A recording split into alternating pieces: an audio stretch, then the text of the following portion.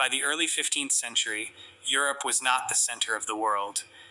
While many people today associate Europe with wealth, power, and global influence, the reality in the 1400s was very different. The richest cities, the busiest trade routes, and the most valuable goods were found far beyond Europe's borders. Asia dominated global commerce.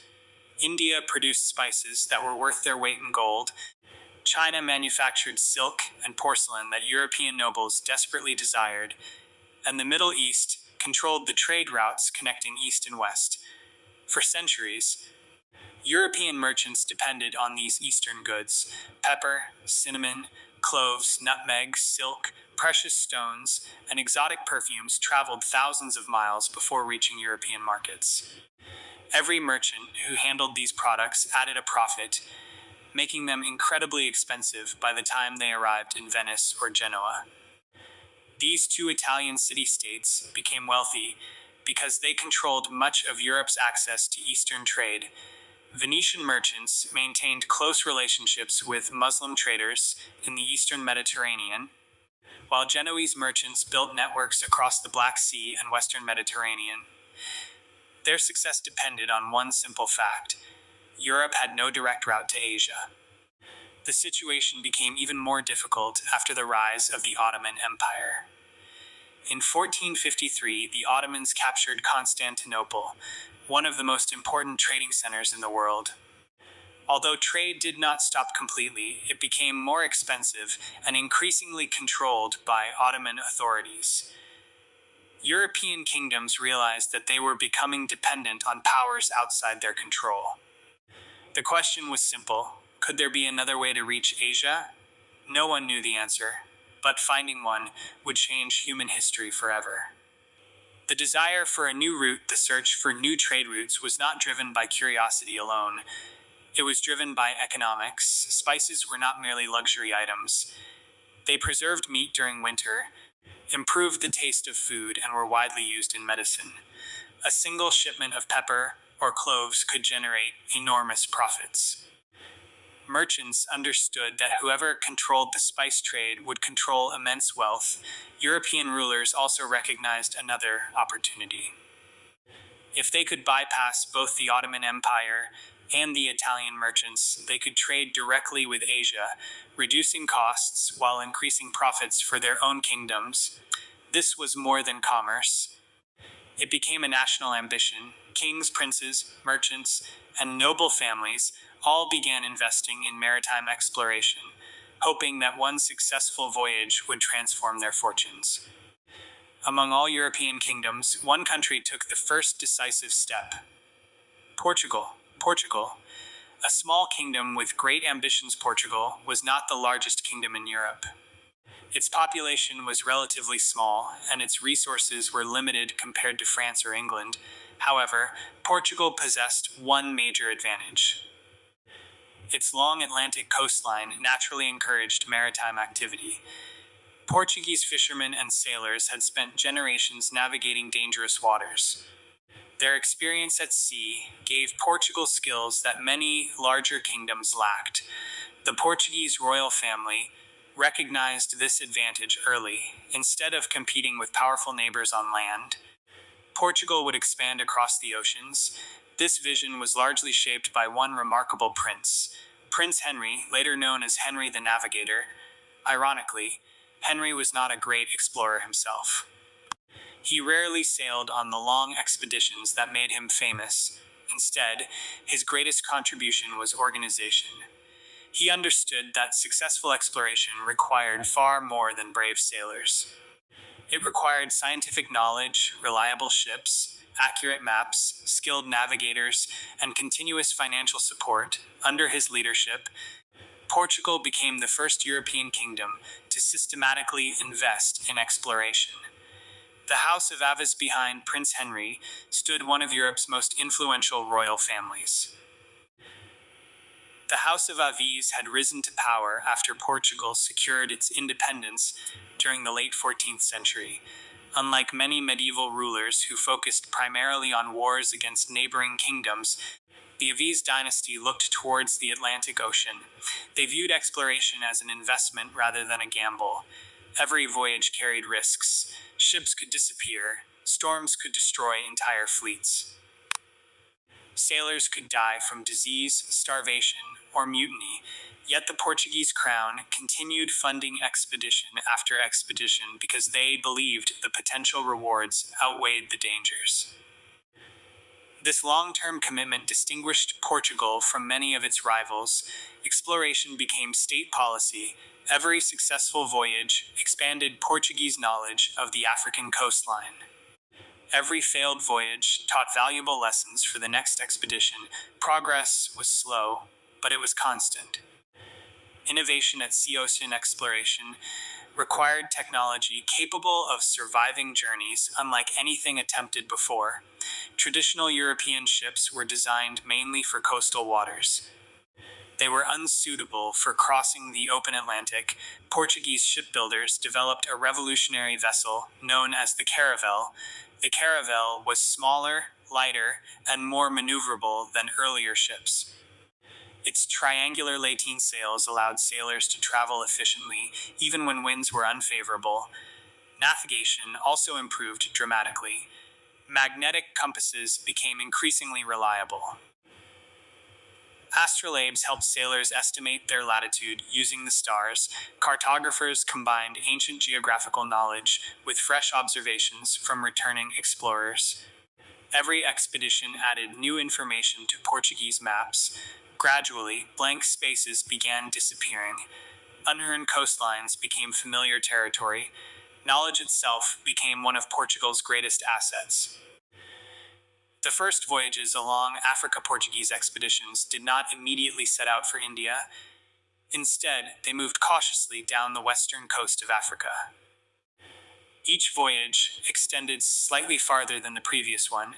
Early sailors faced terrifying challenges. Many Europeans believed dangerous monsters lived beyond the known world. Some feared the ocean would become too hot to cross near the equator. Others imagined giant sea creatures waiting to destroy ships.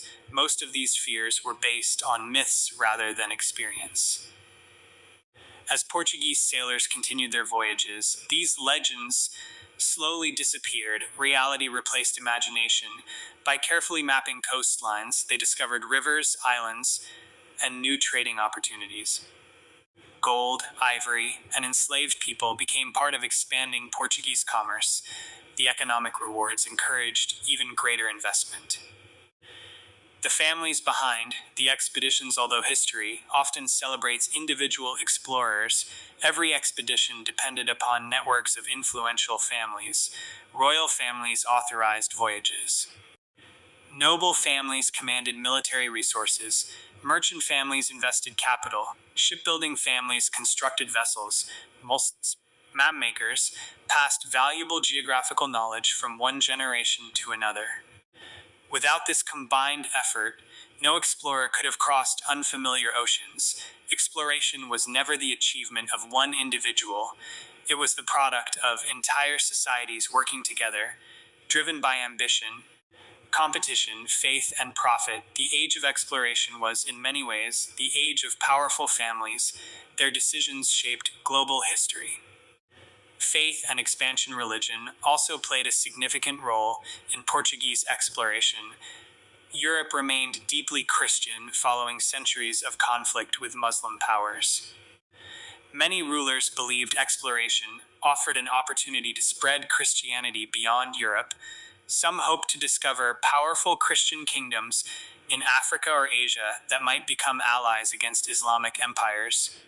Missionaries often accompanied expeditions, believing they were participating in both commercial and spiritual missions. As a result, exploration combined multiple objectives: economic gain, political influence, religious expansion, national prestige. Each voyage served several purposes at once. A kingdom. Looking beyond the horizon by the middle of the 15th century, Portugal had accomplished something extraordinary. It had transformed exploration from isolated adventures into an organized national enterprise.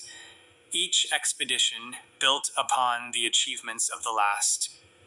Each generation inherited better maps, stronger ships, and greater confidence. The Atlantic Ocean, once feared as an endless wilderness, gradually became a highway leading towards unknown opportunities. Yet Portugal had still not achieved its greatest objective. The sea route to India remained undiscovered. Farther south, the African coastline continued beyond every known map. Somewhere beyond those distant waters lay the riches of Asia. And soon, another generation of explorers, supported by ambitious royal families and determined investors, would attempt the voyage that many believed impossible. As Portugal pushed farther down the coast of Africa, the dream of reaching Asia by sea no longer seemed impossible. Decades of exploration had produced better ships, experienced sailors, and more accurate maps. What remained was the greatest challenge of all: finding a passage around the southern tip of Africa. The Portuguese crown knew that success would change the balance of global power forever. It would free Europe from dependence on traditional trade routes and give Portugal direct access to the riches of the East. The man chosen for this dangerous mission was Bartolomeu Dias. Bartolomeu Dias and the storm that changed history in 1487. Bartolomeu Dias sailed from Portugal with 3 ships and a single objective: continue farther south than any European had ever traveled. The voyage was filled with uncertainty. Strong winds battered the ships for weeks. Massive waves forced the fleet far into the Atlantic Ocean, away from the African coastline. For days, the sailors could not see land. When the storm finally ended, Dias turned east, but Africa was nowhere in sight. He sailed north, expecting to find the coast again. Instead, he realized something extraordinary. Without knowing it, his fleet had sailed around the southern tip of Africa. For the first time in recorded European history, a ship had successfully rounded the continent. Dias named the headland the Cape of Storms, reflecting the terrifying weather that nearly destroyed the expedition. However, King John II of Portugal believed the discovery represented hope rather than danger. He renamed it the Cape of Good Hope. The new name carried enormous meaning. For the first time, Europe had proof that a sea route to Asia might actually exist. The royal vision becomes reality. Bartolomeu Dias had solved only half the puzzle. He had shown that Africa could be circumnavigated, but no European had yet reached India by sea. The Portuguese crown continued in exploring. Despite the enormous cost, ships required timber, iron, canvas, rope, food supplies, weapons, and hundreds of trained sailors. Every expedition represented years of planning and vast financial resources. The House of Aviz remained committed. They believed that one successful voyage would repay every previous investment many times over. Nearly a decade later, another commander would prove them right. His name was Vasco da Gama. Vasco da Gama reaches India in July 1497. Vasco da Gama departed Lisbon with 4 ships. His mission was clear: complete the journey that Bartolomeu Dias had begun. The voyage lasted almost a year. The fleet rounded the Cape of Good Hope before sailing north along Africa's eastern coastline. Portuguese sailors entered trading ports where Arab merchants had conducted business for centuries. Eventually, local navigators guided the expedition across the Indian Ocean. In May 1498, Vasco da Gama reached Calicut on India's southwest coast. The voyage transformed world history. For the first time, Europe possessed a direct maritime connection with Asia. Portugal no longer depended entirely on overland trade controlled by intermediaries. The spice trade had entered a new era. The Portuguese Empire begins. Although Vasco da Gama's first expedition faced diplomatic difficulties in India, the economic potential was undeniable.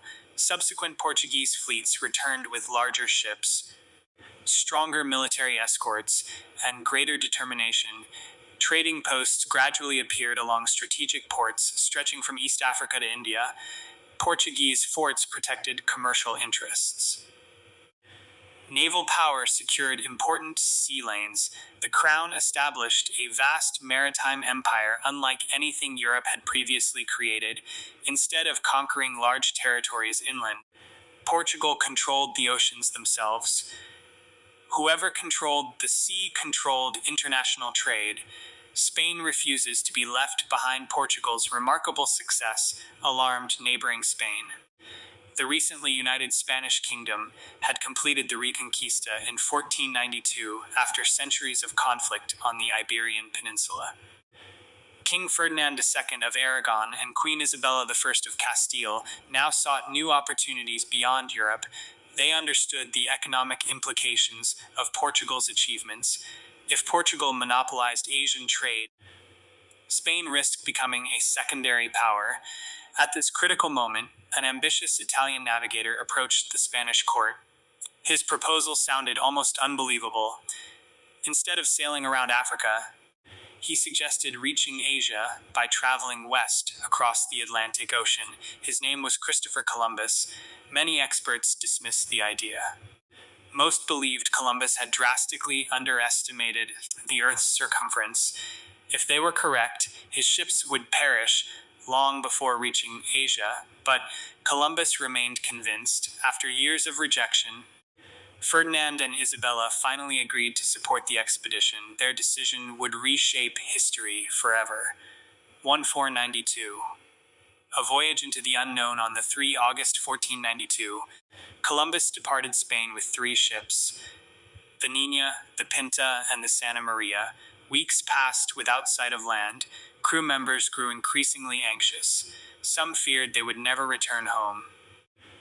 Others demanded the expedition turn back before supplies ran out. Columbus refused. Finally, on the 12th of October 1492, land appeared on the horizon. Columbus believed he had reached islands near Asia. In reality, he had encountered a continent unknown to Europeans at the time. Although Viking explorers had reached North America centuries earlier, Columbus's voyages triggered continuous contact between Europe and the Americas. Everything changed. The Spanish royal family's gamble pays off. Columbus never fully understood the significance of his discovery. He remained convinced that he had reached Asia. Nevertheless, the Spanish monarchy quickly recognized the enormous opportunities presented by these newly encountered lands. Further expeditions followed almost immediately. Spanish explorers began mapping islands, coastlines, and eventually the American mainland. Gold, silver, fertile land, and new trade opportunities promised unimaginable wealth. The royal families of Europe realized they had entered a global competition.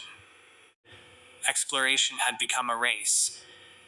The Treaty of Tordesillas, Portugal, and Spain soon found themselves competing over territories neither had fully explored. Conflict seemed inevitable. To prevent war, both kingdoms sought mediation from the Pope.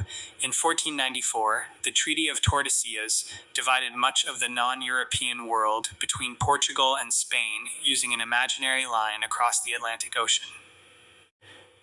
Territories east of the line belonged primarily to Portugal. Territories west belonged largely to Spain. Although many other European powers later ignored the agreement, it reflected the extraordinary confidence of these two kingdoms. They believed they could divide the unknown world between themselves. The merchant families, joined the race royal families alone, could not finance endless exploration. Private merchant families increasingly became essential partners. Successful trading houses invested in ships, cargo, insurance, warehouses, and overseas commerce. Profits from one voyage often financed several more. Exploration gradually evolved into an international business. Investors expected returns. Captains sought glory. Kings demanded strategic advantages. Merchants pursued profit. These interests became closely connected. The line between government and commerce grew increasingly blurred. A new global economy. By the beginning of the 16th century, oceans that had once separated continents now connected them. Ships regularly crossed the Atlantic. Portuguese fleets sailed between Europe Africa, India, and Southeast Asia.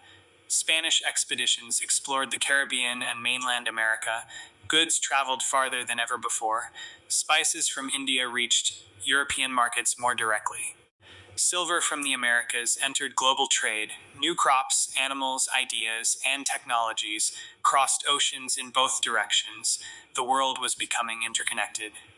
But this transformation came at a terrible human cost. The demand for labor would soon fuel one of history's darkest systems.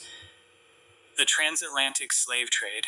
Indigenous populations suffered disease, conquest, and displacement. Entire civilizations would be changed forever.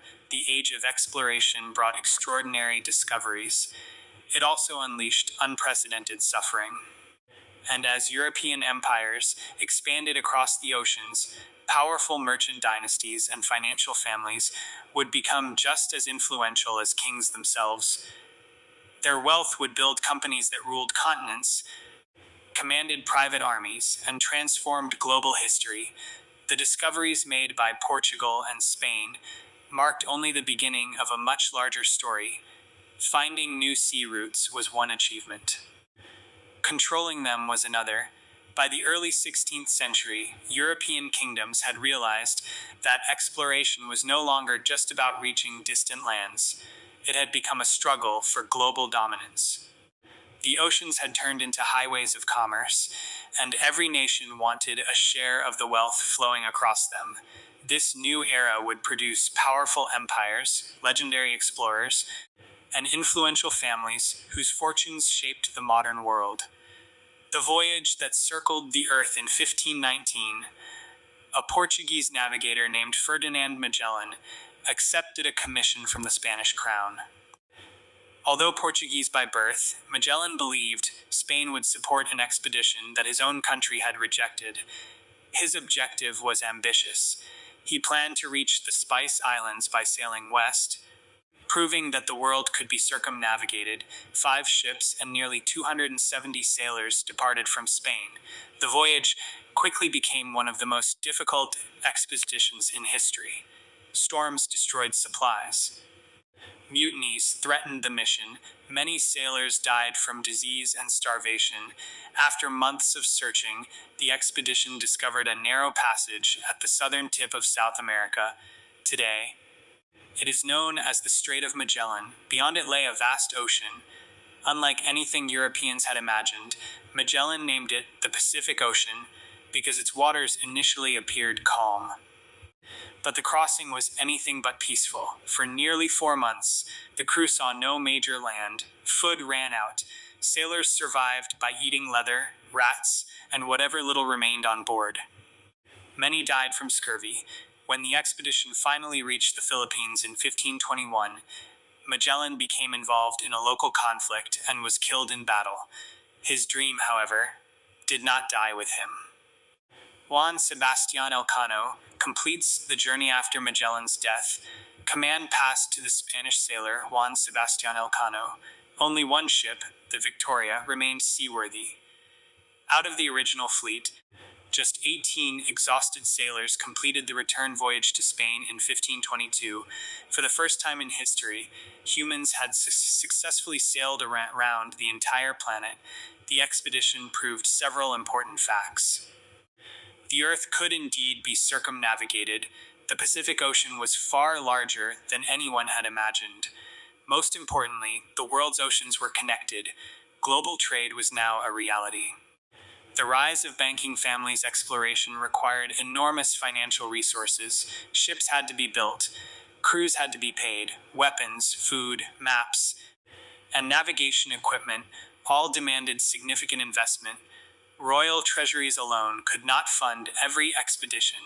This created an opportunity for Europe's wealthy banking families. Among the most influential were the Fugger family of Germany. Originally textile merchants, the Fuggers built one of Europe's largest financial empires. They lent money to kings and emperors, financed mining operations, and invested in international trade. Their wealth influenced politics across the continent. Loans from banking families allowed rulers to continue expensive overseas expansion. In many cases, these financiers possessed almost as much influence as the monarchs themselves. Money had become a powerful weapon.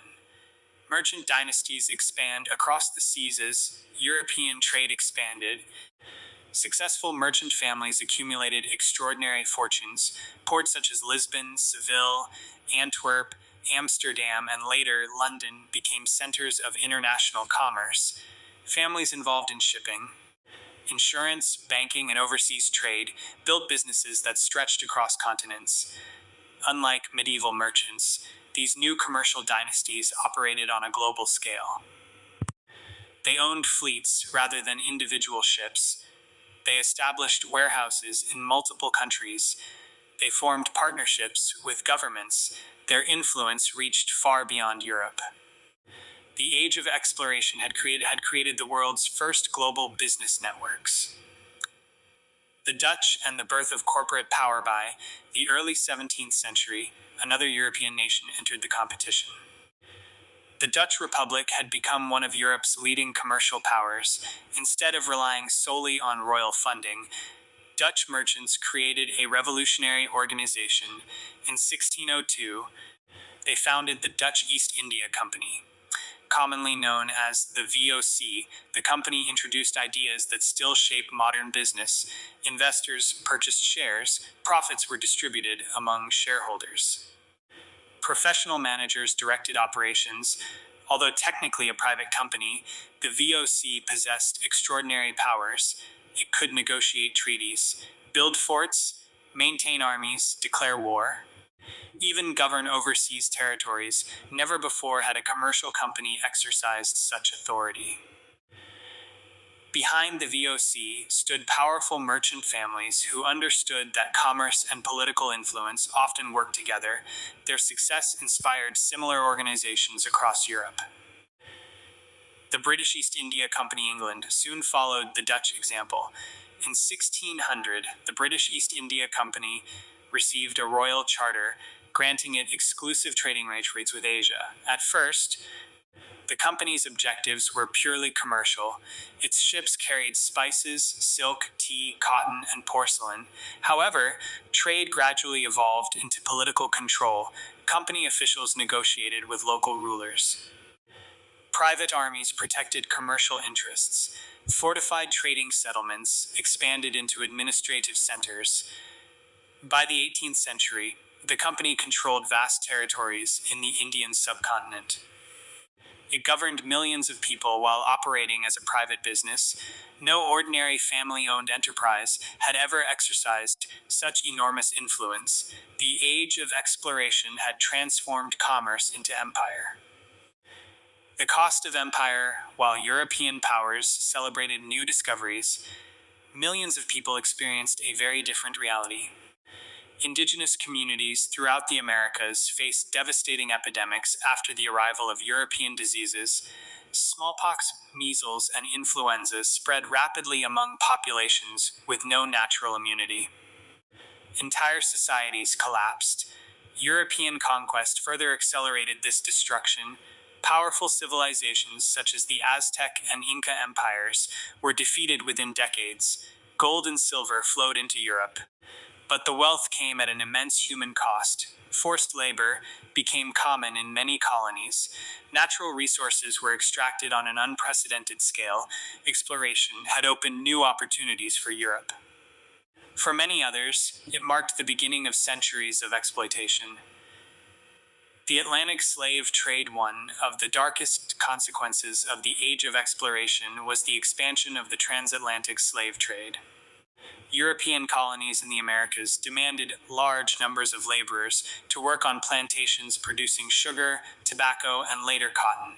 Millions of Africans were captured, sold, and transported across the Atlantic under brutal conditions. Many died before reaching their destinations. Families were separated forever. Communities across Africa suffered generations of instability and violence. Although slavery had existed long before European expansion, the Age of Exploration transformed it into a massive international system driven by global commerce. The wealth generated by colonial economies often depended upon this exploitation. it remains one of history's greatest tragedies. A new global world despite its immense human cost, the age of exploration permanently reshaped civilization.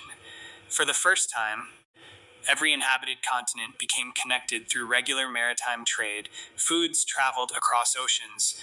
Potatoes, tomatoes, maize, cocoa, and chilies spread from the Americas to Europe, Asia, and Africa. Horses, wheat, cattle, and many other species traveled in the opposite direction. Ideas, religions, languages, technologies, and cultures mixed in ways never seen before. The modern global economy began to take shape. International trade, multinational companies, overseas investment, and global finance all trace their origins to this remarkable period. The legacy of the families behind discovery history often remembers the names of famous explorers: Christopher Columbus, Vasco da Gama, Ferdinand Magellan, but none of these men acted alone. Behind every expedition stood royal families willing to invest enormous resources. Merchant dynasties financed dangerous voyages. Banking families supplied essential capital. Shipbuilders, navigators, cartographers, and countless ordinary sailors contributed their knowledge and labor. The age of exploration was not simply the story of heroic individuals. It was the story of powerful families whose ambition reshaped the world. Some sought wealth, some pursued religious missions. Others desired political power or lasting fame. Together, their decisions connected continents, transformed trade, built empires, and altered the course of human history forever. Their achievements created opportunities that still influence our world today. Their actions also left painful legacies of conquest, slavery, and colonialism that continue to shape international relationships. The age of exploration was an age of extraordinary courage, remarkable innovation, immense ambition, and profound human consequences. Understanding the families behind these discoveries allows us to see history as it truly was. Not the work of a single explorer, but the result of generations of rulers, merchants, financiers, and visionaries whose choices changed the world forever.